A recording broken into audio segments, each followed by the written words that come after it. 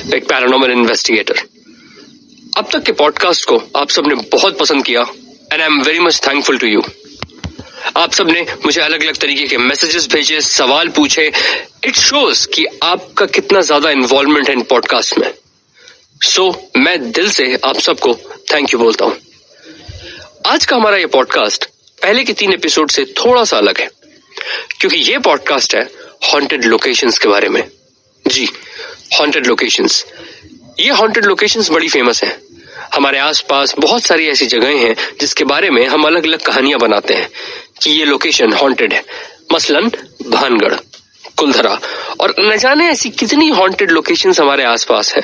अक्सर बहुत सारे लोग मुझे मैसेज करते हैं, बताते हैं कि सर हमारे घर के आसपास एक ऐसा महल है या किला है या घर है जो हॉन्टेड है।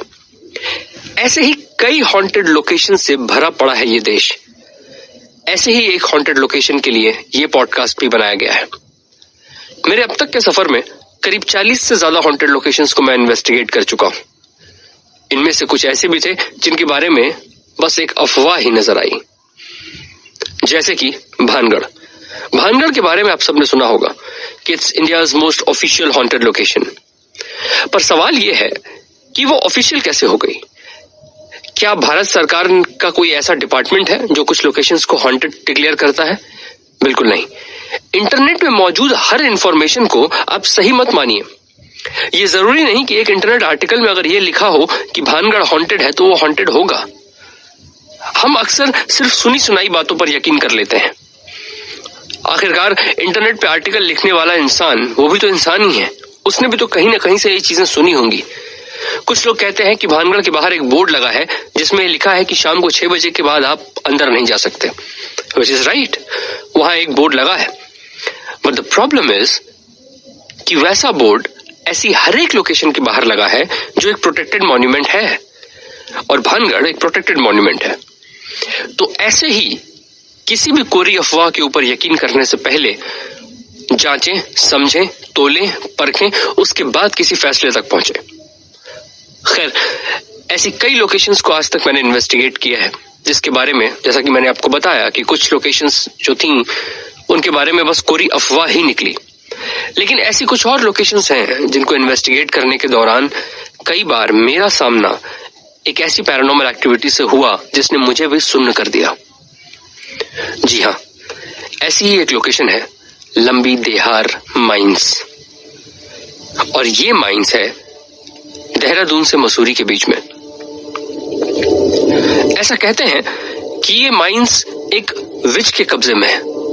एक विच है जो इस माइंस को और इस पूरे इलाके को अपने कब्जे में रखती है। जब मैंने इसके बारे में सुना था तो मुझे यकीन नहीं हुआ। मुझे लगा कि यार ये शायद कोई ऐसी ही लोक कथा होगी या आसपास के लोगों का ये मानना होगा। इसमें कितना सच हो सकता है? I don't know.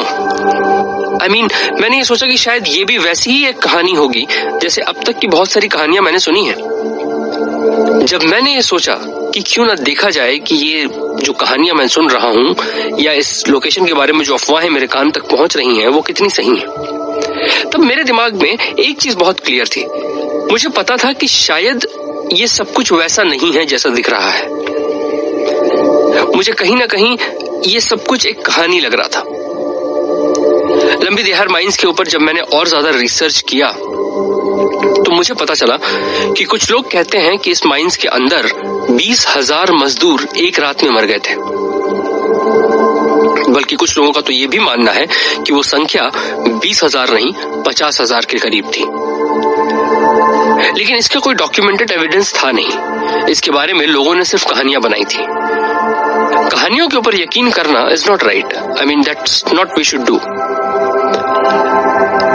जब मैंने सोचा कि यार इस लोकेशन को इन्वेस्टिगेट करना चाहिए, तब जाहिर है मैंने अपनी तरफ से पूरा रिसर्च किया।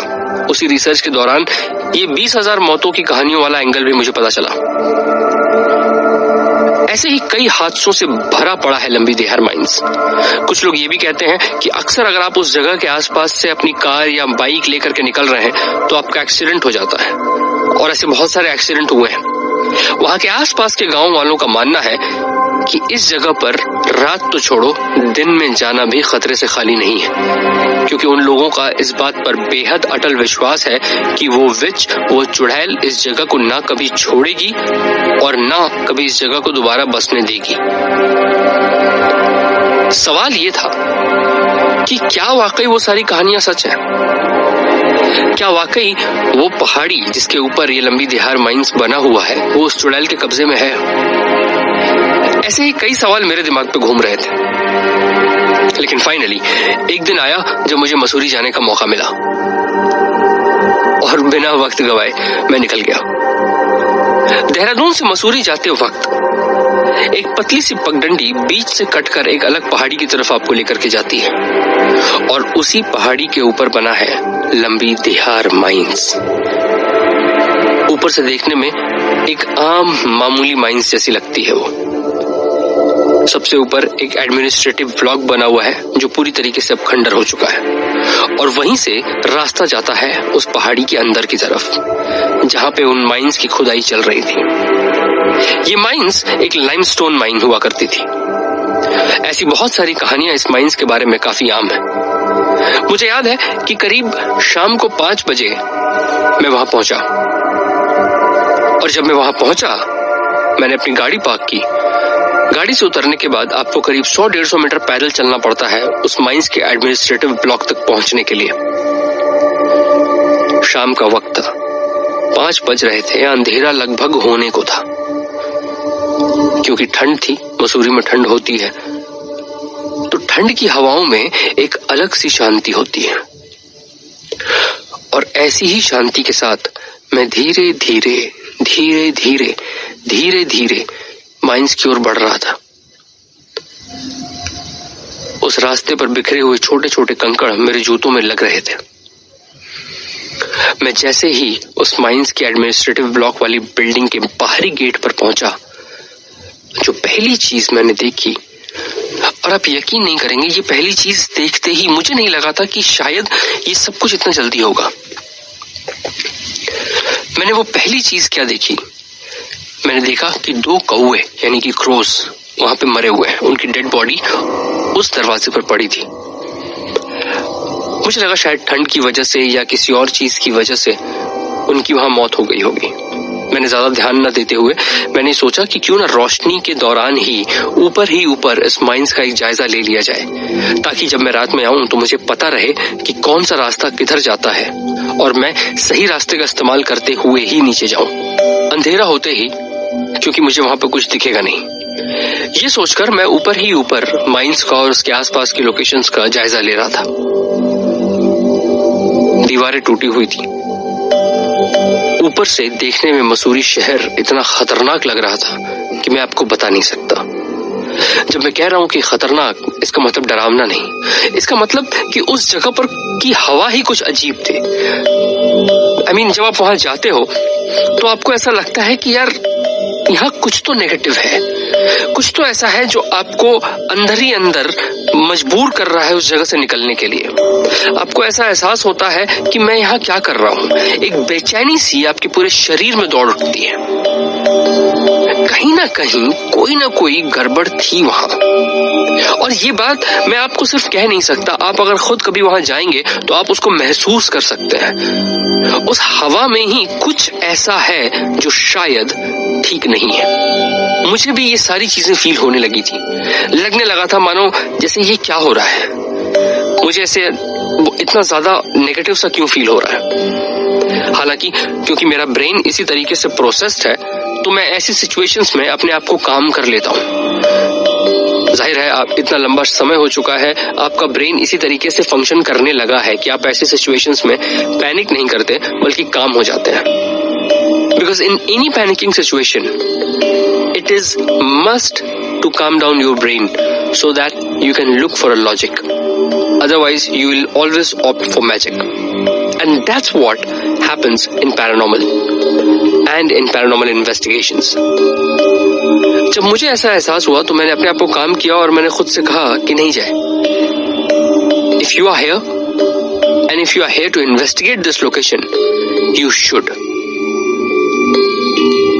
मैंने उस रोशनी में ही अपना पूरा मैप तैयार कर लिया. कि मुझे रात को जब वापस आना है यहाँ, तो ये रास्ता मुझे इधर ले जाएगा, वो रास्ता मुझे उधर ले जाएगा। ये मुझे समझ में आ चुका था। जब उस पूरे जगह का एक अच्छा सा ब्रेन मैप तैयार करने के बाद मैं उस जगह से बाहर निकल रहा था, तभी मेरी नजर उस जगह पर अपने आप वापस घूम गई जहां पर उन 2 कौवों की लाश पड़ी थी। और मैंने देखा कि अब वहां से एक लाश गायब है। जो पहली चीज मेरे दिमाग में आई वो ये आई कि मैं लगभग 1 घंटे से यहाँ हूं और मैंने किसी को यहाँ आते जाते नहीं देखा, न किसी कुत्ते को, न किसी जानवर को, न किसी बिल्ली को। तो आखिर ये एक लाश गई कहाँ? फिर मैंने सोचा कि शायद हो सकता है कि मैंने ध्यान न दिया हो और कोई कुत्ता या कोई बिल्ली या कोई और जानवर उस लाश को खींच के ले गया हो। ये सोचकर मैंने अपने कदम बाहर की तरफ बढ़ाए। जैसे ही मैंने अपना पहला कदम बाहर की तरफ रखा, तभी मैं क्या देखता हूं कि ये जो दूसरे कौवे की लाश वहां पड़ी थी, इसमें कुछ हलचल हुई। मैं उस लाश को देख रहा हूं। अचानक से वो लाश हिलने लगी।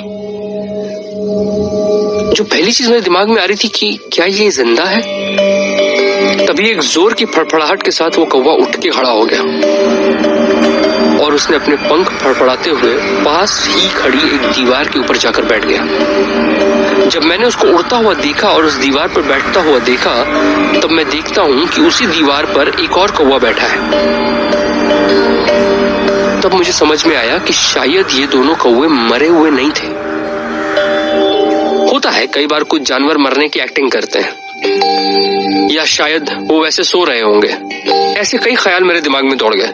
मैंने ज्यादा ध्यान न देते हुए अपने कदम बाहर की ओर बढ़ा लिए। मैं बाहर गया, अपनी कार में बैठा, कार स्टार्ट की, वहां से निकला।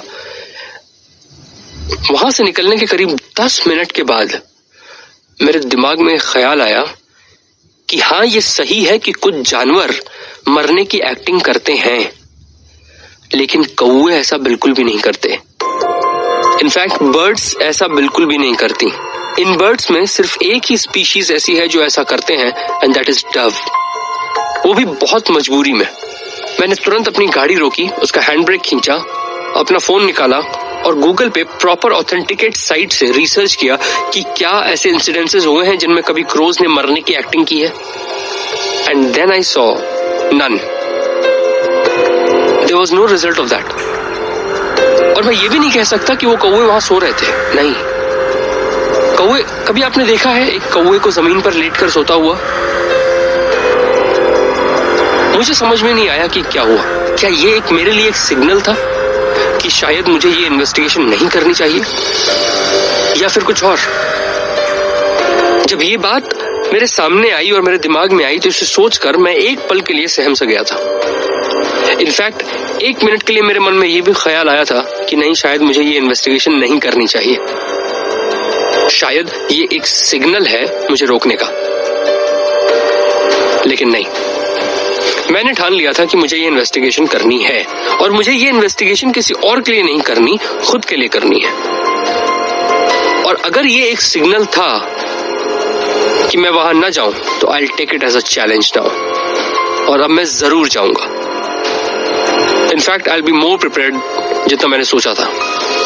आई went back to my hotel. Investigations में जाने से पहले इट्स वेरी मच नेसेसरी कि you take a good sleep, because आपका दिमाग शांत रहता है, काम रहता है, सोचने समझने की शक्ति रहती है। So it is very much necessary that you take proper rest, because आपको पता है कि उस रात आपको एक इन्वेस्टिगेशन करनी है, और एक इन्वेस्टिगेशन करना it's a very tough task to do. आप कहाँ जा रहे हैं, कैसे रास्तों पर जा रहे हैं, कहाँ बैठना पड़े, खाना मिले नहीं मिले, पानी मिले नहीं मिले, कोई नहीं जानता। So that is why you need to give a proper rest to your body.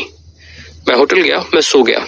मैंने अपनी घड़ी में 11 बजे का अलार्म लगाया, क्योंकि मेरे होटल से उस माइंस की जो डिस्टेंस थी it was around 30 minutes. So I thought कि अगर मैं 11 बजे, 11:30 बजे यहाँ से निकलता हूँ, तो 12 बजे तक वहां पहुंच जाऊंगा। And I slept for a while. रात के 11 बज रहे थे, फोन का अलार्म बजा और मेरी नींद खुली। मेरे दिमाग में कहीं ना कहीं अभी तक वो हादसा चल रहा था जो शाम को मेरे साथ हुआ था। I was in a state of two minds. मेरा एक मन ये कह रहा था कि मुझे वहां जाना चाहिए, लेकिन कहीं ना कहीं एक मन ऐसा भी था जो मुझे वहां जाने से रोक रहा था। 15 मिनट मैंने बैठ के सोचा। मैंने खुद से एक जवाब मांगा कि जय क्या करना चाहिए, जाना चाहिए या नहीं जाना चाहिए। अंदर से एक आवाज आई जिसने कहा कि यू शुड गो। एक बार देख करके तो आओ, वहां होता क्या है, ज्यादा से ज्यादा क्या होगा तुम्हारी जान चली जाएगी, इससे ज्यादा और क्या हो सकता है।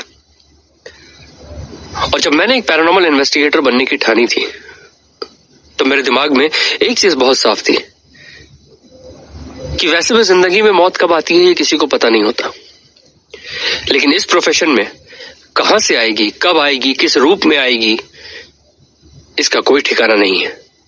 तो अगर जय तू ये करना चाहता है तो दोस्त एक बात याद रखना कि शिकायत मौत से बिल्कुल नहीं होनी चाहिए। And that's what I do and that's what I did so far. बहुत सारे लोग मुझसे ये पूछते हैं कि यार आपको अपनी जान का डर नहीं है। मैं कहता हूं डर किसे नहीं होता, जरा सोचिए डर किसे नहीं होता। फर्क इस बात से पड़ता है कि क्या आप उस डर को कैपिटलाइज कर पा रहे हैं या आप उसे हावी होने दे रहे हैं अपनी जिंदगी के ऊपर। और मेरे साथ भी यही हुआ, मैंने उस डर को अपने ऊपर हावी नहीं होने दिया। I capitalize that fear and I decided that I will go. 11:45 I started my car from my hotel और मैं लंबी देहर माइंस के लिए निकल गया। रात में मसूरी की उन पहाड़ियों से नीचे उतरते हुए जो खूबसूरत नजारा मुझे नीचे का दिख रहा था वो मैं आपको बता नहीं सकता। इट वॉज सो ब्यूटिफुल, बहुत शांत, बहुत काम।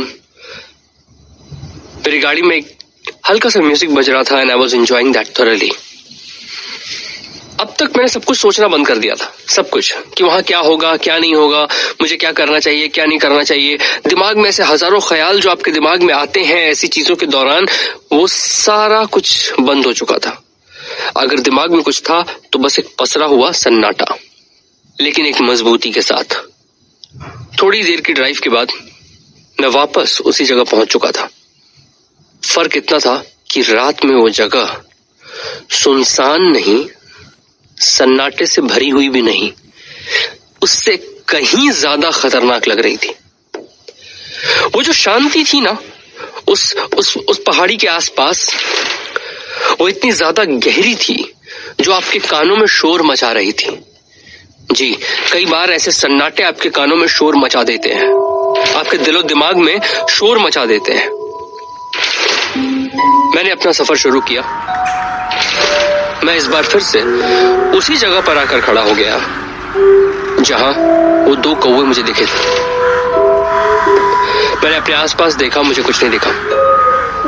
टॉर्च की लाइट की रोशनी में बहुत कोशिश की कि सब कुछ साफ साफ दिखे।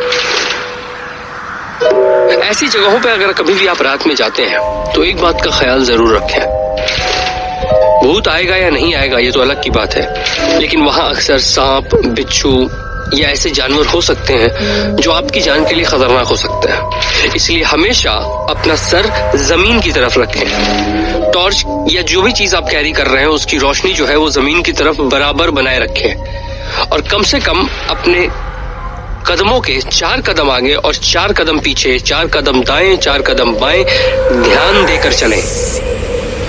4 कदम इसलिए ताकि उस रेंज में अगर कुछ भी आता है, कोई भी ऐसा जानवर आता है जैसे कि सांप, बिच्छू या कोई कीड़ा, तो आपको उससे दूर हटने का रिएक्शन टाइम मिल सके। इसलिए हमेशा ध्यान रखें कि भूतों से ज्यादा खतरा ऐसी जगहों पर सांपों से होता है या बिच्छुओं से होता है या ऐसे जानवरों से होता है। कई बार ऐसी जगहों पे ऐसे चमगादड़ भी मिल जाते हैं जो आप पर सीधा हमला करते हैं, वार्निंग नहीं देते। इसलिए मुझे इन सारी चीजों से बचते बचाते माइंस के अंदर जाना था। मैंने वो पूरा एडमिनिस्ट्रेटिव ब्लॉक चल के तय किया। वहां से एक रास्ता सीधा माइंस के अंदर जाता है। हालांकि वो है तो बहुत गहरा, लेकिन मुझे ये पता था कि मैं इतनी गहराई तक नहीं जा सकता हूं, पर मैं जितनी गहराई तक जा पाऊंगा मैं जरूर जाऊंगा, क्योंकि मेरे पास कोई ऑक्सीजन सप्लाई या ऐसा कोई सप्लीमेंट था नहीं वहां पर। So I said, okay, let's go, let's do this. I started walking down the hill. और धीरे धीरे मैं उन माइंस के नीचे जा रहा था। जैसे जैसे उस माइंस के नीचे में उतरता गया, वो सन्नाटा और बढ़ता गया। वो अंधेरा, वो सन्नाटा, ये सब कुछ इतना गहरा होने लगा कि यकीन मानिए ऐसे सिचुएशन में दिमाग का हेलुसिनेट होना ये बड़ा कॉमन सिम्टम है। उस दौरान आप ये जरूर पूछना चाहेंगे या सोचेंगे कि यार उस दौरान इस इंसान के दिमाग में क्या चल रहा होगा। अगर मेरे दिमाग में उस वक्त कुछ चल रहा था तो वो बस इतना चल रहा था कि आज पता चल जाएगा कि यहां पर कुछ है या नहीं है। और यही सोचकर मैं धीरे धीरे नीचे उतर रहा था। सीढ़ी नहीं है, आपको चट्टान या पहाड़ या ऐसी चीजों को हाथ में पकड़ पकड़ कर धीरे धीरे क्रॉल करते हुए नीचे उतरना पड़ता है। 30-35 फीट नीचे उतरने के बाद मैंने एक बड़ी सी खुली जगह देखी माइंस के अंदर, जो मुझे देख करके समझ में आ गया कि यहाँ शायद उस वक्त ये लेबर बैठते होंगे। जब वो काम के लिए आते होंगे तो ये पहली जगह होगी जहां वो बैठते होंगे, क्योंकि माइंस तो जाहिर है और बहुत ज्यादा नीचे थी। उस जगह पर जब मैंने आसपास रोशनी से देखने की कोशिश की तो मुझे उस जगह पर दिखी एक कब्र। जी, माइंस के अंदर एक कब्र की साइज देख के लग रहा था कि जैसे मानो ये किसी बच्चे की कब्र होगी। समझ में नहीं आया कि ये मामला है क्या। आप एक माइंस के अंदर जा रहे हो, एक लाइमस्टोन की माइन के अंदर जा रहे हो और 30-30 फीट नीचे उतरने के बाद आपको एक बच्चे की कब्र दिखती है। आसपास पुराने रोप्स और कुछ लोहे के टूल्स ये सब बिखरे हुए हैं। जरा सोच के देखिए, रात के 1:15 बज रहे हैं। आप एक ऐसी माइंस के अंदर हैं जिसके बारे में लोग कहते हैं कि हॉन्टेड है और वहां 20,000 से ज्यादा मजदूर एक रात में मर गए थे। और आप अकेले हैं। आपके पास अगर कुछ है तो बस कुछ एक टॉर्च की रोशनी और कुछ बैकअप के लिए बैटरी। ना आपके पास खाना है ना पीना है। अगर इस सिचुएशन में आपको कुछ हो जाता है तो आपको कोई पूछने वाला भी नहीं होगा कि वो गया कहां। और ऐसी सिचुएशन में 20-30 फीट नीचे उतरने के बाद आपको दिखती है एक बच्चे की कब्र। चारों तरफ पसरा हुआ सन्नाटा, अंधेरा और कुछ अजीब सी आवाजें। नहीं, ये आवाजें भूतों की नहीं थी, अलग अलग कीड़ों की या जानवरों की, छिपकली, मेंढक, ऐसी चीजों की आवाज है। एक मेंढक की आवाज भी उस वक्त इतनी जोर से आप तक आ रही थी जैसे आप मानिए कि आप एक 5.1 सराउंड सिस्टम के अंदर बैठे हो, और वो हर एक आवाज आपके कान को चीरती हुई आपके दिलो दिमाग में घुस रही थी और आपको बताने की कोशिश कर रही थी कि यहां से निकल जाओ। तभी अचानक मुझे पीछे से एक आवाज आई। ऐसा लगा मानो जैसे किसी ने पत्थर फेंक के मारा हो। मैं तुरंत पीछे मुड़ा। मैंने रोशनी से इधर उधर देखने की कोशिश की लेकिन मुझे कुछ नजर नहीं आया। कुछ नजर आया तो एक पतला सा रास्ता जो शायद उस माइंस के और नीचे ले जा रहा था। मैंने भी उस आवाज को फॉलो करते हुए उस पतले से रास्ते में घुस गया। धीरे धीरे क्रॉल करता हुआ मुझे पता था कि मैं इन माइंस के और नीचे जा रहा हूं। I am going deep, very deep.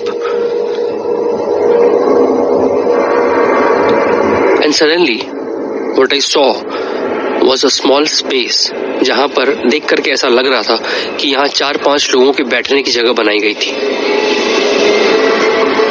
मैं वहां बैठ गया। वो एक सुरंग थी बेसिकली, जिसके बीच में वो बैठने की जगह थी। मैंने अपने लेफ्ट देखा, टॉर्च की रोशनी से मुझे कुछ नहीं दिखा, सिर्फ वो सुरंग दिख रही थी। मैंने राइट टॉर्च की रोशनी मारी, वो सुरंग दिख रही थी और बीच में मैं बैठा था। तभी मुझे लगा जैसे मेरी दाईं तरफ से, यानी कि जो सुरंग आपको और नीचे लेके जाती है, उसकी दाईं तरफ से कुछ आवाजें आ रही हैं। मैंने रोशनी दाईं तरफ जला कर रखी। धीरे धीरे धीरे धीरे धीरे धीरे वो आवाज आपके पास आ रही है। ऐसा लग रहा है मानो कि कोई जैसा दौड़ता हुआ आपके पास चल के आ रहा हो। कुछ हो जो बहुत तेजी में आपकी तरफ आ रहा है। और वो जैसे जैसे वो आवाज मेरे करीब आ रही थी, मुझे ऐसा महसूस हो रहा था मानो आज ये मेरी जिंदगी की आखिरी रात होने वाली है। कुछ ही सेकंड के बाद एक जोर की आवाज के साथ वो आवाज बंद हो गई। नहीं, मैं आपको उस आवाज के बारे में बता नहीं सकता कि वो किस चीज की आवाज थी। कोई पत्थर गिरने की आवाज थी, किसी के दौड़ने की आवाज थी, किसी के चलने की आवाज थी। नहीं, उस आवाज को मैं कंसिडर नहीं कर पा रहा हूं कि वो किस चीज की आवाज थी। लेकिन बस मैं अगर आपको एक एग्जाम्पल देना चाहूं तो मैं आपको बताता हूं कि वो एग्जाम्पल कैसा हो सकता है। मान लीजिए कि आपके कान में कोई विसल यानी कि सीटी ब्लो करने की कोशिश कर रहा हो, लेकिन कई बार होता है ना, सीटी बजाते हुए सीटी की आवाज नहीं आती, हवा की आवाज आती है। वो आवाज थी। आप उसको एक क्लोजेस्ट एग्जाम्पल ले सकते हैं। और मानो ऐसा लग रहा था कि जैसे एक तेज हवा का झोंका अभी तुम तक पहुंचेगा, और अचानक से एक जोर के झोंके की आवाज के साथ वो बंद हो गया। मैं लगातार दाईं तरफ देख रहा हूं और लगातार मैं सोचने की कोशिश कर रहा हूं कि ये हो क्या रहा है। रोशनी जल रही है, टॉर्च लाइट क्लियर है, टकटकी लगा के मैं उसी तरफ देख रहा हूं। सब कुछ शांत है, सन्नाटा है हर जगह। और अब तो उन मेंढकों, छिपकलियों, बैट्स, इन सब की आवाज भी आनी बंद हो गई है। वहां अगर कुछ है तो सिर्फ आप हैं। आपके हाथ में एक टॉर्च है, टॉर्च से आप अपनी दाहिनी तरफ वाली सुरंग में देख रहे हैं और ये सोच रहे हैं कि अब क्या होने वाला है। तभी अचानक से मेरे सामने एक परछाई आती है। जी, अचानक से। ये सब कुछ मानिए आधे सेकंड के अंदर हुआ। मेरे सामने एक परछाई आती है जिसका शेप ह्यूमन जैसा नहीं था, लेकिन बस वो एक शेप था। वो एक शेप था। I was so sure about it, I am so sure about it that it was a shadow. Now you can ask me कि तुम्हें यार अंधेरे में शैडो कैसे दिख गई? शैडो एक रेफरेंस है। मेरे कहने का मतलब यह है कि जब उस टॉर्च की रोशनी में मैं दाईं तरफ देख रहा था, तभी अचानक उस टॉर्च की रोशनी के बीच में एक शेप उभरा, जैसे मानो कि मेरे टॉर्च की रोशनी ने ही एक शेप ले लिया हो। It was close to human figure. It was not human. I know it was not human shape. I know, I bloody know it. But it was very much close to a human figure. ऐसा लग रहा था कि मानो मुझसे 10 metre की दूरी पर कोई खड़ा है। और ये सब कुछ बहुत तेजी में, यानी कि आधे सेकंड के अंदर हुआ। पैरानॉर्मल भाषा में इसको कहते हैं अपैरिशन, यानी कि जब आप किसी ऐसी एंटिटी को देख लेते हैं, उनकी परछाई, उनका होना, उनका वजूद आप देख लेते हैं, इसको कहते हैं अपैरिशंस। जब मैंने वो देखा, मैं शॉक्ड हो गया। मेरा दिमाग पूरी तरीके से काम करना बंद कर चुका था। मुझे सिर्फ इतना पता था कि I just witnessed an apparition. Yes, it was scary. Yes, it was horrifying, and that's we call a haunting. मुझे लगता है कि करीब 1 मिनट, 1.5 मिनट का समय ऐसा रहा होगा जब मैं शॉक्ड था, मैं सुन्न था। मेरे दिमाग के आसपास खिड़कियों में कुछ नहीं चल रहा था। जब मैं अपने दिमाग में वापस आया, जब मेरा थॉट प्रोसेस वापस आया, आई इमीडिएटली रश्ड आउटसाइड। मैं बाहर निकला। सबसे पहले मैं बाहर निकला। उस सुरंग से बाहर निकल के उस बच्चे की कब्र के पास जाके बैठा और गहरी सांस लेने की कोशिश की। लेकिन मुझे इतना तो समझ में आ गया था कि मैं यहाँ पर अब शायद सांस भी नहीं ले पा रहा हूँ। मुझे सांस लेने में बहुत दिक्कत हो रही थी। हालांकि जब मैं वहां आया था तब ऐसा नहीं था। अचानक से वहां मुझे सांस लेने में बहुत ज्यादा तकलीफ हो रही थी। And I don't know what's happening with me. मेरे पास सिर्फ एक ही रास्ता था वहां जिंदा रहने का, कि मुझे दौड़ के पहले वहां से बाहर निकलना है, वरना मैं घुटन से मर जाऊंगा। इट वॉज लाइक कि किसी ने मेरा गला चोक कर दिया है। मैं सांस ले ही नहीं पा रहा हूं। मैं बहुत कोशिश कर रहा था।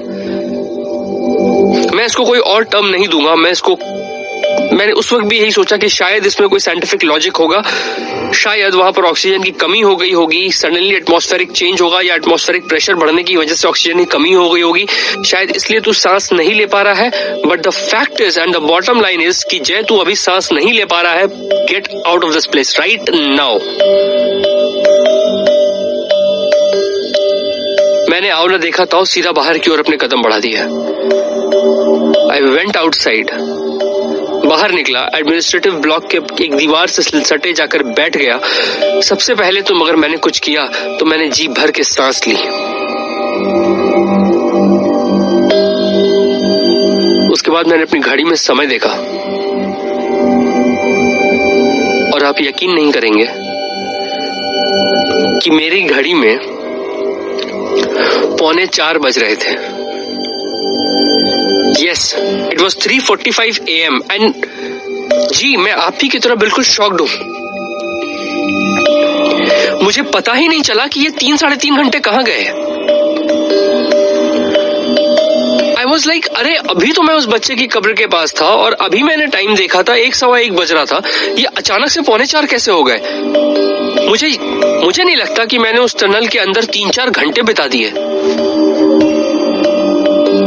I was so shocked to see and मुझे इतना ज्यादा मेरे दिमाग पर इस बात का असर हुआ कि उस वक्त कि मैं आपको बता नहीं सकता। मतलब आप सोच सकते हैं अभी आपको लग रहा है कि 1:15 बज रहे हैं और अचानक से अगले पल आपको लगे कि नहीं यार 3:45 बज गए। देखिए कहीं पर आप अगर 3-4 घंटे बिताते हैं तो आपको पता होता है वो टाइम ड्यूरेशन। 3-4 घंटे एक लंबा वक्त होता है। 3-4 घंटे में आप बहुत सारे काम कर सकते हैं, पर मुझे लगा ही नहीं कि मैं उस टनल में 3-4 घंटे से था।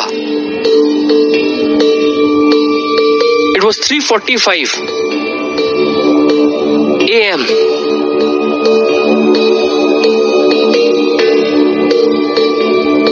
मैंने वहां बैठ के सबसे पहले तो सांस ली और खुद को काम किया, अपना दिमाग शांत किया और अपने दिमाग से कहा कि यहां जो कुछ भी है वो अब और तुम्हारी एंट्री बर्दाश्त नहीं कर पाएगा। So it's better that you go out and you try to investigate it some other time. क्योंकि मैं वहां इन्वेस्टिगेट कर ही नहीं पाया। ये 4 घंटे मेरे वहां ऐसे निकले जैसे मानो 10-15 मिनट की बात हो। And that's what I did. I moved back to my car. I started my car. And with a very low feeling and with a very heavy heart, I went back to my hotel. हो सकता है कि उस जगह पर जो भी entity है या थी या सिर्फ उस रात के लिए थी, मैं नहीं जानता। It clearly did not want me to come inside the location. And it didn't let me investigate it. हो सकता है शायद मैं भविष्य में इसको दोबारा इन्वेस्टिगेट करूं, that's another thing. मगर वो जो हुआ, it was a clear example of paranormal activity. अब आप में से बहुत सारे लोग हो सकता है कि कल को मुझसे ये पूछें कि एक तरफ तो आप कहते हैं कि भूत और पोजेशन नहीं होता और उस तरीके से नहीं होता, दूसरी तरफ आप खुद एक पैरानॉर्मल एक्टिविटी विटनेस कर चुके हैं। मुझे पता है आप में से बहुत सारे लोगों के दिमाग में सवाल आएगा, पर मैंने इसका जवाब बहुत पहले ही क्लियर कर दिया है। मैं कभी नहीं कहता कि मैं किसी भूत, भगवान, रिलीजन, बिलीफ सिस्टम किसी भी चीज के खिलाफ हूं। ना मैं ये कहता हूं कि वो नहीं है या मैं उनके होने की पॉसिबिलिटी को डिनाई करता हूं, ऐसा कुछ नहीं है। मैं सिर्फ इतना कहता हूं कि होते हैं, होते होंगे, लेकिन उस तरीके से बिल्कुल नहीं होते जिस तरीके से हमने परसीव किया है। उनके नाम पर अंधविश्वास बंद करने की बात करता हूं मैं। इतने लंबे सफर के दौरान कुछ पैरानॉर्मल एक्टिविटीज मेरे साथ हुई हैं और मैं खुद खड़ा हूं उस बात का सबूत आप सबके साथ शेयर करने के लिए। लेकिन क्या उसका कोई गहरा असर मुझ पर हुआ है? क्या मैं मर गया हूं? क्या मैं पजेस्ड हो गया हूं? ऐसा कुछ नहीं है। I am a well healthy man. यहां बैठा हूं स्टूडियो में, आप लोगों के साथ अपना एक्सपीरियंस शेयर कर रहा हूं। लंबी देहार माइन, लंबी देहार mines. For me, it's one of the most haunted locations in India. I know शायद ये पॉडकास्ट सुनने के बाद आप इंटरनेट पे उसके बारे में रिसर्च करेंगे, पर मेरा यकीन मानिए इंटरनेट के रिसर्च के ऊपर मत जाइएगा.